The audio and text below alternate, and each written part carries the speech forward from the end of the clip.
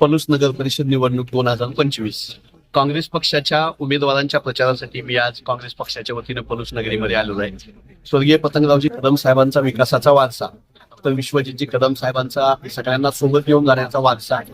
पलूसची नगरी ही येत्या निवडणुकीमध्ये त्यावर शिक्कामोर्तब करणार आहे. नागरी प्रश्नावर होणारी ही निवडणूक, इथल्या विकासाच्या प्रश्नावर होणारी ही निवडणूक ही महत्वाची असणार आहे. डॉक्टर विश्वजितजी कदम साहेबांची ओळख हे कडेगाव पलूस मतदारसंघामधला हा पलूस मतदारसंघ आहे. इथल्या नागरिकांशी मी आज सकाळपासून बोलतोय.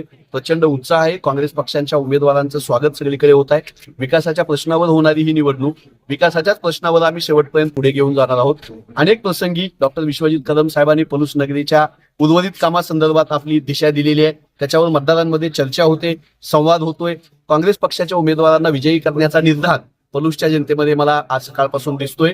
मी आवाहन करतो इथल्या सगळ्या जनतेला, मतदारांना की येत्या 2 तारखेला काँग्रेस पक्षाच्या चिन्हावरचं बटन दाबून काँग्रेसचा विचार, धर्मनिरपेक्षतेचा विचार, विकासाचा विचार, सगळ्याला सोबत घेऊन जाण्याचा विचार हा इथं विजयी होणार आहे याची खात्री आहे.